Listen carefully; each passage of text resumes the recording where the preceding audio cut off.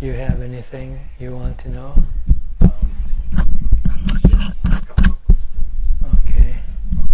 I want to understand a little bit more about the pain of the chitta. We understand the pain of the body. So that's the first thing. The second question is, a liberated chitta, can it ever be tainted again? No. And why? Because the reason for the mind being tainted is delusion, misunderstanding. Once you have wisdom, once you correct that misunderstanding, like the understanding that the world is flat. Before everybody thought the world was flat, so the mind is afraid of going overboard, going over the horizon, because they think they will fall off the earth, right? Yes. But now they have proved that it's not flat, it's round. So nobody is afraid of going up, around the edge anymore. So this is the same thing. Our delusion make us think that our desire are the cause of our happiness. We have to have desire in order to be happy, right? You have to have a desire to buy a camera. And once you get the camera, you feel very happy. But the Buddha said, actually your desire is the cause of your suffering, your pain, your mental pain. Because when you desire, you cannot remain content or at ease. You have to go buy that camera before you can feel content and happy. And if you cannot buy the camera, you feel disappointed. You become sad. See? So now the Buddha has proven that our mental pain arises from our desire. And so if we can stop our desire and never do what our desire asks us to do, then we will not have any mental pain. Then the reference from Ajahn about the primordial chitta, the very original chitta, so was that tainted, or was it? Actually, when they say primordial, they don't mean that they are originally it was pure or anything like that. It means that if you can somehow bring the mind to the point where there is no defilement, but there was never a point in time, in reality, that the mind has no defilement. It always been covered by the defilement, like clouds that cover the sun or the moon. Yeah. But what they actually mean is, primordial means when you meditate and you can separate the clouds from the sun or the moon temporarily, then you're in that primordial state in which the mind has no cloud cover, has no defilement covering it. When you sit in samadhi, when your mind becomes fully concentrated and calm, the defilement will separate from the mind. So the mind becomes temporarily pure, bright, luminous. See? As a temporary state. Yeah. And as soon as you withdraw from your concentration, your defilements start to return to cover your mind. So what they mean by primordial state of mind is a mind that's in samadhi, the mind that is temporarily pure without the defilement.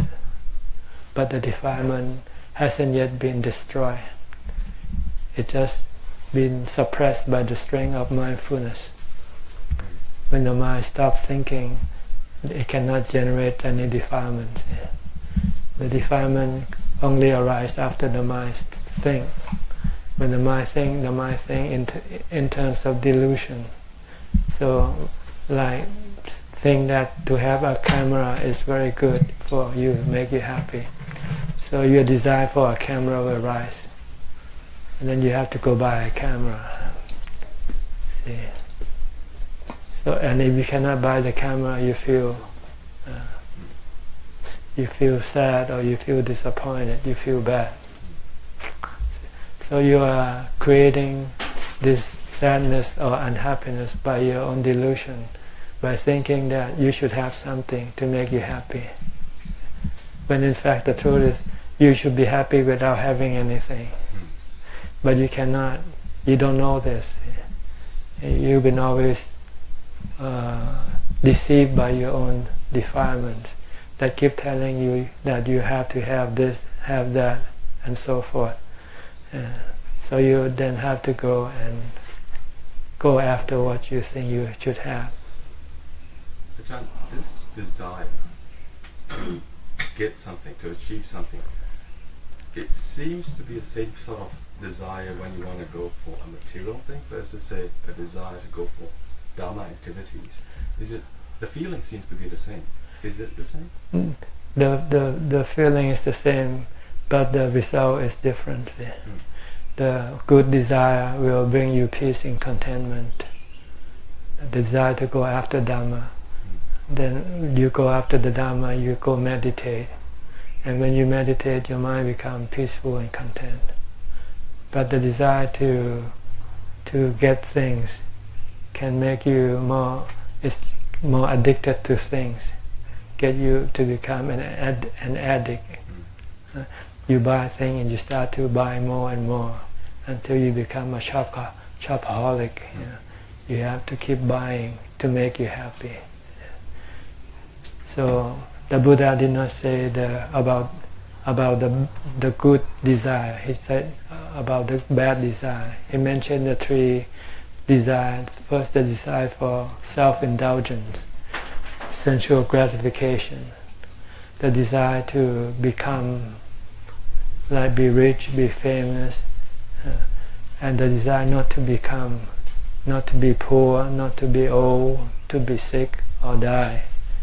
These are the three desires that the Buddha said will cause pain in your mind when they arise.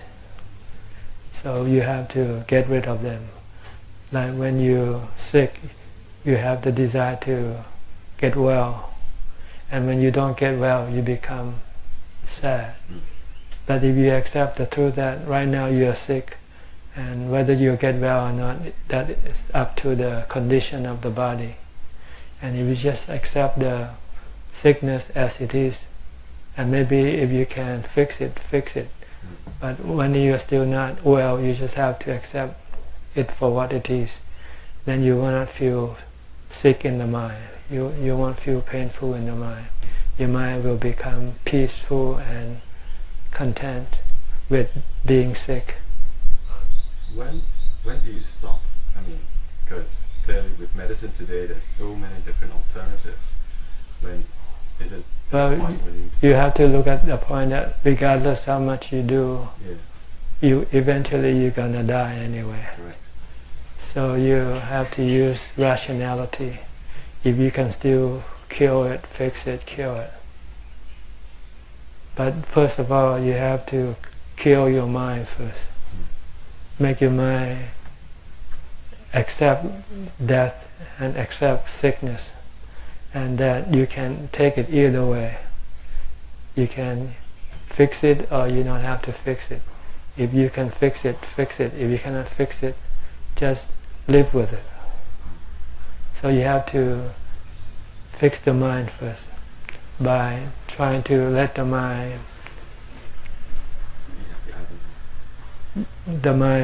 face the sickness, the pain of the body, without trying to get rid of it.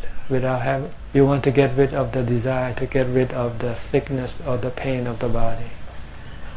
Once you get rid of that desire, then when the body gets sick or get painful, your mind will still remain peaceful and content. Does that not mean that you stop taking medicine because you don't No, desire to you get rid of the emotional part of your mind.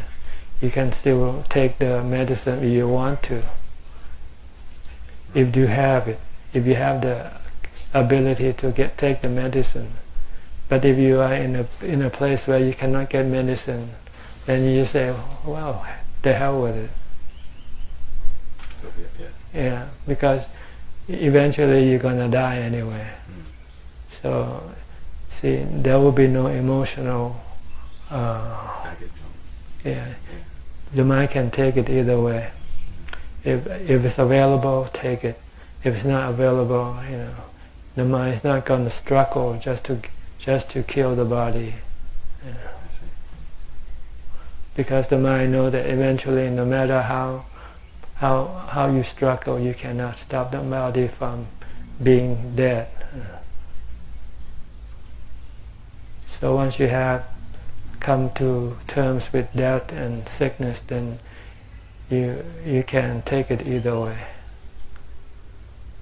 If you can kill it, fine. If you can protect the body, okay. But if you cannot kill it, you cannot protect it, then you just let it be.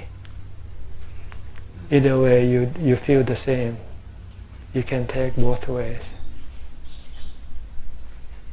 So you have to go, first you have to tame your mind to be able to remain calm and peaceful by mindfulness meditation. Once you have strong mindfulness, then you can keep the mind calm. And then when you have sickness, you just use mindfulness. And the wisdom of the Buddha that teaches us not to get rid of the pain, not to have the desire to get rid of pain. Just let the pain be, and just remain calm and peaceful with mindfulness. Then you just leave the body alone. The same way with death. When you come face to face with death, the Buddha said, don't run away. Don't have the desire to not to die. Just accept death for what it is, and use mindfulness to calm and stable your mind, to face that reality. Because the mind doesn't die anyway. It's the body that dies. And the body is not the mind, and the mind is not the body. But due to delusion, the mind thinks it is the body. So it makes the mind becomes afraid of death. But the Buddha has discovered that the mind is not the body. When the body dies, the mind doesn't die with the body. So you can use that as insight and teach your mind, say, you're not dying, it's the body that is dying. You're still alive and well, regardless of whether the body lives or not lives. So you can let it go. Is that pain experienced by the mind, or is pain experienced by the body? Oh. The pain belongs to the body, but the mind is like a doctor who watches the mind has a monitor that also can measure the intensity of the pain. See? But the mind is not the one who is in pain. It is the body that's in pain. The mind just measure or monitor that pain. So the mind never experiences pain? Only the pain that the mind creates out of its own desire. Say, is this pain that caused the mind to become unbearable? The longing, the wanting stuff. That's the pain of that's the pain of the citta. Right. That caused the pain in the citta, in the mind. That caused the suffering of the mind. See? But if you have no longing, you have no desire, no cravings, then the mind will just remain calm and peaceful. And then you'll see that the pain is only in the body. Let me check the sound first. เป็นไงเสียงตอนนี้ดังไหมอ๋อเปลี่ยนอันเก่าดังเป็นปกติแล้วใช่ไหม Okay. So what you want to do is, You want to train your mind to face pain and death by sitting in one position and until the body becomes painful. Then you have to stop the desire that arises, because it will be automatic. As soon as there's pain, there's aversion in the mind. The mind says, hell, let's get away from it, let's move. But you say, if you move, then you have to keep on moving. And eventually one day you'll come to a time when you cannot move. Like when you get sickness. No matter how you move your body, the pain will still linger, will still be there. And you will be suffering. The mind will be suffering if your mind doesn't stop the desire to get rid of the pain. See? So instead of getting rid of the pain, you come and get rid of your desire instead, by using mindfulness to stop your mind from thinking about the pain, and by using the wisdom that the Buddha has discovered, that to have the desire to get rid of the pain will cause more suffering in the mind. So you eventually when you can use something to prevent the mind from thinking about the pain. Like you can use a mantra, just repeating a mantra, and then your mind will stay away from thinking about the pain. When the mind doesn't think of the pain, then there's no desire for the pain to disappear. So when there's no desire, then there's no suffering in the mind. The mind remains peaceful and calm, just like when you are now. Even the pain can be so intense, your mind will still be just like before there is pain in the body. If you can have mindfulness to stop the mind from creating desire for the pain. So you are aware of the pain, but you're not desiring, not just leave the pain alone. Right. So the only thing you can do is just to sit and wait and for the pain to rise and cease on its own, by itself. That's why you have to sit a long time. When you feel painful, you don't move, you don't get up, you just use the mind, use mindfulness to concentrate on something to stop your mind from desiring and thinking about the pain. When your mind don't think about the pain or the desire, then no suffering in the mind, no pain in the mind. What is unbearable is not the physical pain, but the mental pain that arises from the desire to get rid of the physical pain. It's the same kind of mental pain that you suffer with other kind of desire. When you have the desire to get rid of someone and they're still there, you cannot get rid of them. You feel the same. You feel the same mental pain. Or the desire to get something and you cannot get what you want, you feel the same kind of mental pain. See? So they all arise from this desire to have or not to have. You desire to have something, somebody, and you cannot get them, then you become unhappy. Or the desire to get rid of someone or something, when you cannot get rid of them, you become unhappy again. So this is the way to deal with things that happen to you, to your body, is to just remain calm and leave everything alone. Things come and go. Body dies and ceases. The body will born and die. So there's nothing you can do about it.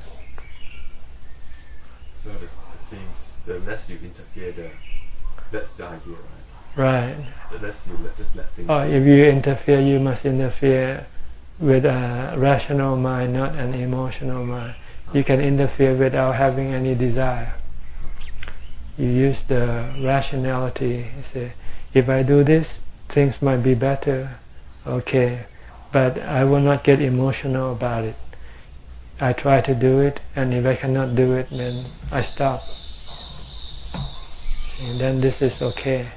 You're not emotionally involved, but you are rationally involved. You can still be involved rationally, but not emotionally. Like if I want that camera from you, if I ask you and if you give it to me, okay. If I ask you and you don't give it to me, okay. So I know I don't get it, but I won't go and steal it from you or go and buy one for myself. I just let it be. It just means I cannot have that camera, and that's it. I accept the truth of that. So that means you're not attached to the outcome? Is that kind of like... Yeah, in a way. But if you do it and you know it will be good for people, for you and me, sometimes we live together, there are things we have to do to make it harmonious. Then we have to talk, we have to make adjustment. If you do something wrong, I have to tell you, this is not the way to do it.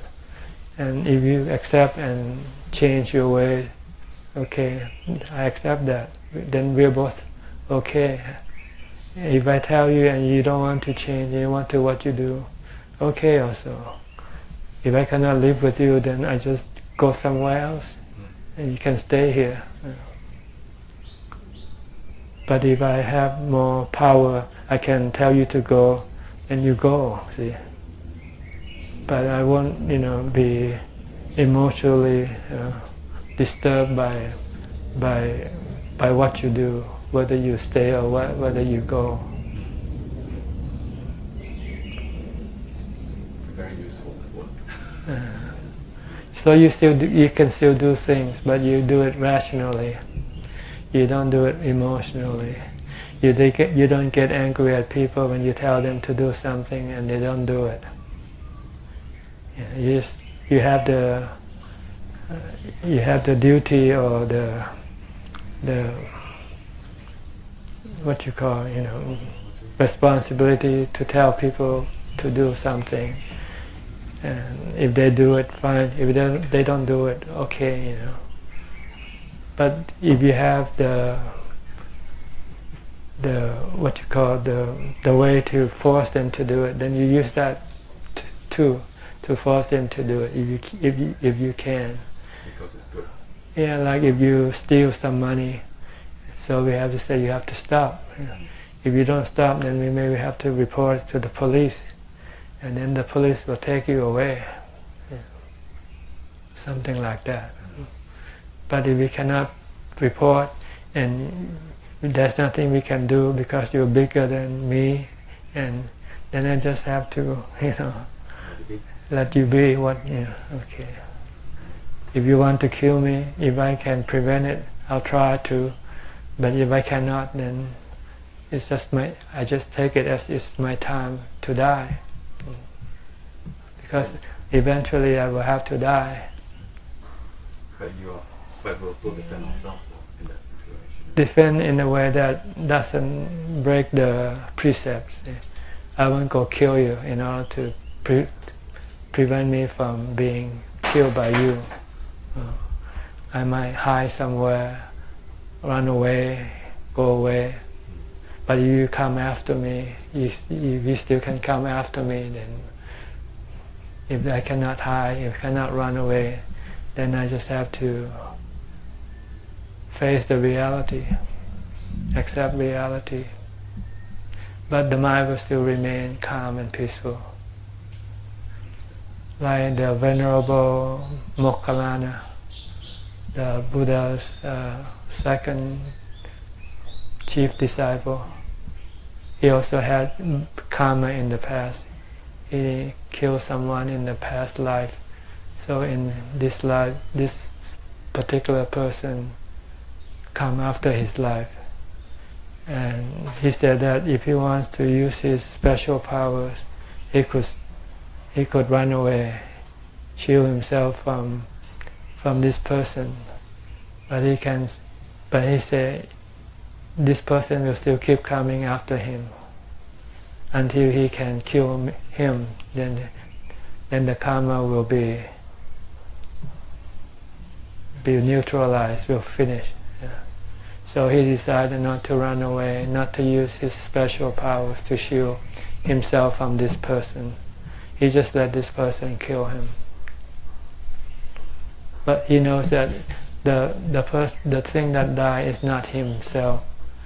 Himself is the mind, doesn't die with the body. And the body is not him, so he's not afraid to lose the body. Because eventually he's going to have to lose it anyway, whether by being killed or by sickness or by old age. So to him it makes no difference how he dies. But he's not going to live by cowering or hiding or being always afraid. This is what I mean, not being emotionally involved. And he used his rationality, and he sees that regardless of how he try to hide or try to run away, this person will still keep coming after him. So it's no use to run away or hide. So he just live normally, and if the person should come and kill him, he just let him do it. That's pretty heavy kind of the person doing. I know, so don't try to kill other people. Sure. When you kill other people, you make that person mad. He didn't die with his body, and he remembers you. See, next time he sees you, he's gonna go after you. Like the Devadatta goes up after the Buddha 3 times. But the Buddha has a lot of special gift, and he could protect himself from death by other people, but not by killing the other person or running away. He has the power of persuasion. When Devadatta sent people to kill him, he talked to those people and eventually persuaded them not to kill him. And when he sent an elephant to stomp on him, he used his power of compassion, or loving kindness. The elephant could feel that radiating from the Buddha. So instead of getting angry or hate the Buddha, the elephant loved the Buddha instead. And when he tried to roll a big rock from the mountain down to crush the body, he missed it. Only had a fragment of the rock hitting the foot of the Buddha. That's all that he could do. But the Buddha wasn't afraid, wasn't emotionally involved with the incident. He just remained calm and peaceful. And he never got angry or resentful of Devadatta's action. Because he has no defilements. His mind is completely under control by the strength of the Dhamma, by mindfulness and wisdom. So this is what you have to develop, mindfulness and wisdom. Once you have it, then you can control your mind to be permanently stable, peaceful and calm and happy. That's what we call Nibbana, the supreme happiness.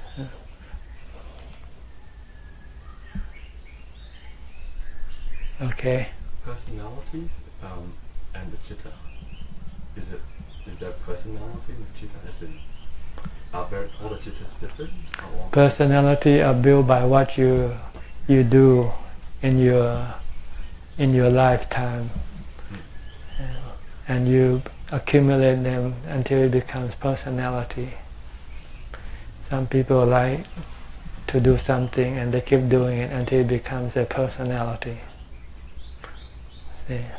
Is that the chitta itself that takes? Yeah, it's the chitta that's the one who accumulates all these traits and characteristics. And that travels with you from one life to another? Yeah.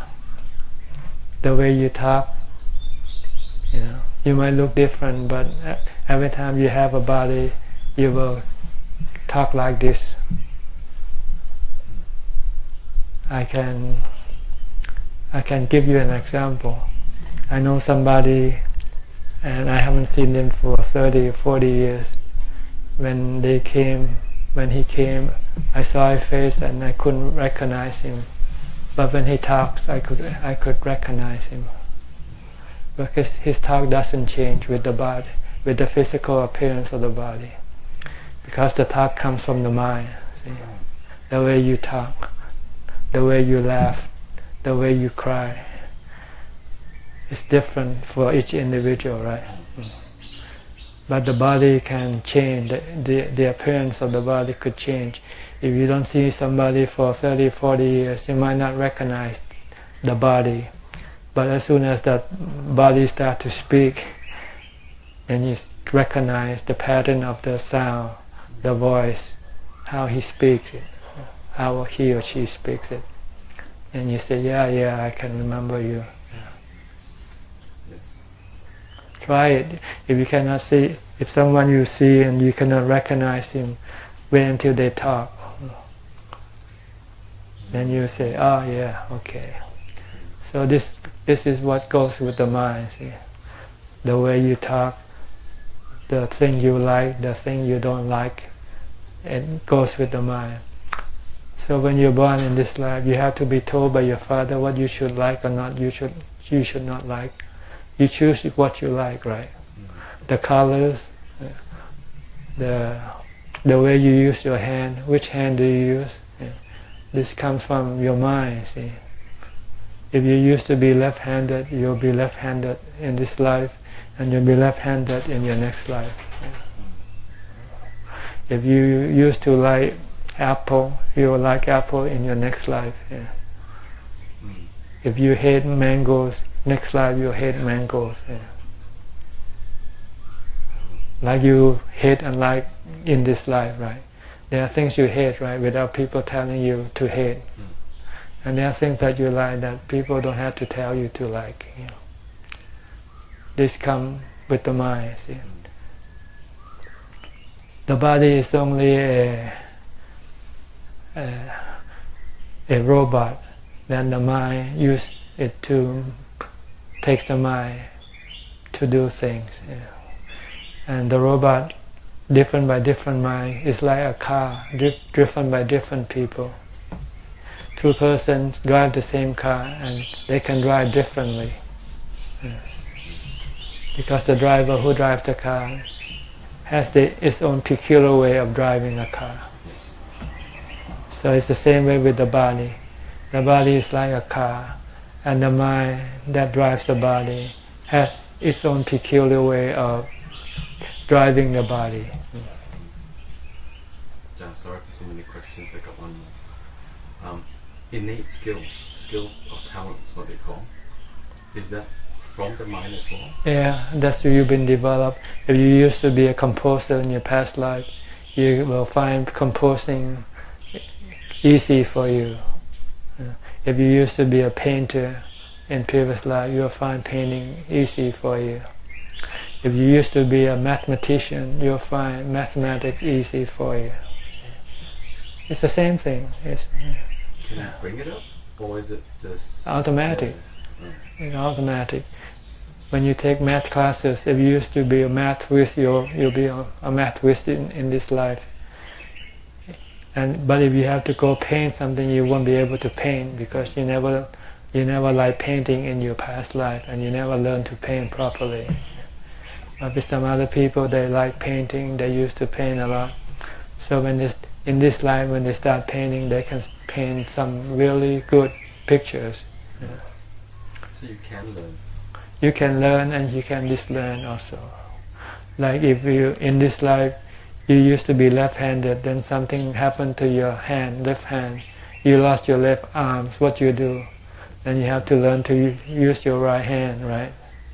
Then if you keep using it, then eventually you will be able to use both hands. You can be either left-handed or right-handed. But you still might have your preference. It depends on which one is much more comfortable to you. We always do things in a way that is comfortable, right? We don't want to do things that make us feel discomfort. So anything that we're not used to, we don't like to do it. We like to do things that we're used to do. And this is what we call habit. Yeah? That doesn't mean we shouldn't challenge ourselves. Well, you should ask yourself whether this thing that you do is good or bad for you. So like, if you're born and you like drinking, then you have to ask, drinking, is it good for you or bad for you? If you don't know, but someone tells you that drinking is bad for you, then you can try to resist, try to stop drinking. But it's not easy, because when you try to break something, break a habit, you have to force yourself to break it. That's why people go to Alcoholics Anonymous.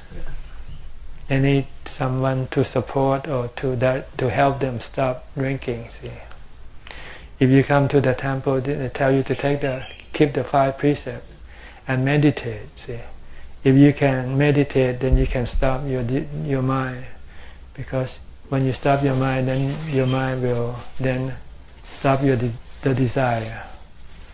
Every time you have the desire to drink, just meditate instead. Then after a while, your desire will disappear, because the nature of the desire is such that if you do not follow what your desire asks you to do, then your desire will become weakened, and eventually it will disappear.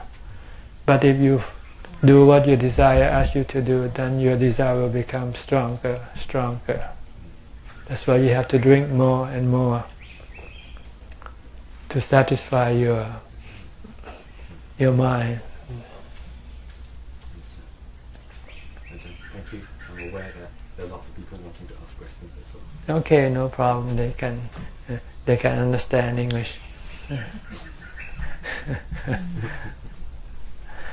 เป็นไงเสียงดีใช่ไหมทางบ้านมีใครรายงานมาป่ะก็มีรายงานมาบอกว่าเสียงชัดเจนเหมือนเดิมแล้วค่ะเสียงผู้ชายก็ได้ยินชัด See, we are testing, we are using the new what you call amplifier that's attached on top of the camera to pick up the sounds of everybody.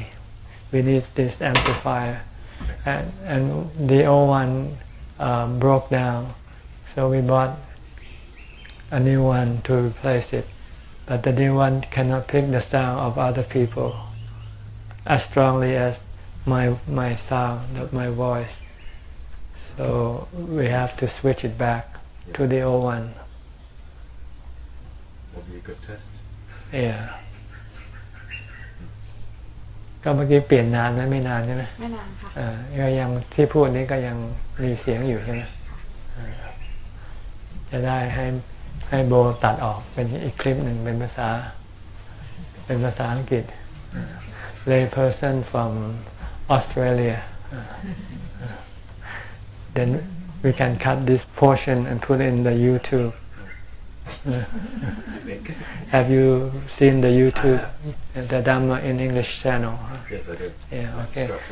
Every time we have a Westerner or person who speaks English, then we'll cut this English portion and post it in the Dhamma in English. Very useful. Thank you. Okay. Tony มาแล้วเหรอมาจากลาสเวกัส How are you, Tony? Tony ถามมาว่า How are you? Fine. Happy to hear from you again. Have you any question? Not yet, huh? มีถามมา2 คำถาม Okay. Question from Tony on YouTube Live. Number one, do you have many Westerners who become monks in your monastery? Right now we have one German monk, 2 American monks, 1 French monk, and 1 Singaporean monk, and 1 Brazilian monk. Yeah. That's about all we have right now. But we have a steady newcomer, people who are interested. Right now we have 1 Canadian who also wants to be ordained here. But to be ordained here, they have to stay as a white rober for at least 1 year to make sure that they like to stay here. Because we require that once you ordain, you have to stay with us for 5 years. This to prevent your mind from become restless. Yeah. Normally your mind wants to roam around, and it's not good for the mind to be restless, roaming around. So you have to force the mind to stay put, to stay in one place. It's part of the Buddha's instruction for new monks. Every new monk should stay with a teacher for at least 5 years before he can become independent and do or go where he wants to go. But the first 5 years, a new monk is like a new baby. It needs the care and instruction of the parent to nurture it, to raise it properly. So I did this with my teacher. When I went to stay with Longta Mahabua, I had to spend 5 years without going anywhere.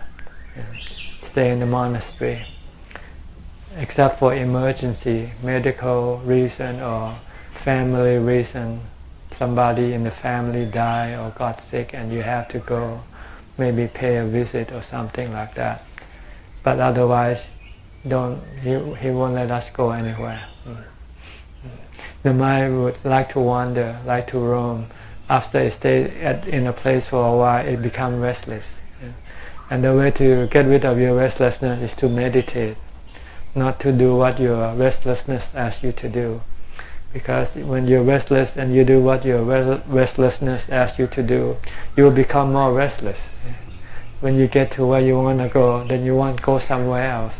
So you just keep going around, running around, and you'll never succeed in your meditation. So in order to succeed, you have to stay put in one place and fight this restlessness with meditation, with mindfulness. If you can stop your mind from thinking, then your restlessness will disappear. Your restlessness arises from your desire, from what you think. When you think of some place, you want to go there. And when you cannot go there, you become restless. Yeah. Okay, the next question. Question number 2. How can I not be as depressed with life and more happy? You have to lessen your defilements, your desire. See? The reason why you are depressed is because you cannot do what your desire asks you to do. When you want to get something and you cannot get what you want, you become depressed. Yeah. So if you meditate, you can stop your desire, and then you don't have to do anything. Yeah. So try to do a lot of meditation, and then you will make your desire become less, and it will make you feel happier. The more you can meditate, the more happy you become. And the way to meditate successfully is to have mindfulness. You have to constantly focus your mind on something to keep your mind from thinking about other things. You can use watching your body as a means of maintaining mindfulness. Watch your bodily activity, every movement of your body, regardless of what you do. Just be aware of what you are doing. Watch it. Be aware of what you're doing. Watch what you're doing. When you're eating, just watch the eating. When you are taking a shower or dressing, walking, sitting, or doing whatever you do with the body, just watch those activities. Don't let your mind go think about some other things. If you can concentrate, then when you sit in meditation, then you can watch your breath. And then if you're not thinking about the other thing, your mind will become completely concentrated. And then the mind will become peaceful and calm and happy. So this is the way to get rid of your depression. And this is the way of making you happy all the time. You don't need to have anything. All you need is mindfulness. So please reply that you have heard my instruction. โทนี่ตอบกลับมาค่ะ ว่าไง I have heard อาจารย์ thank you. Okay. Try it. See what it's like. If the most important thing is mindfulness. Try to prevent your mind from thinking aimlessly.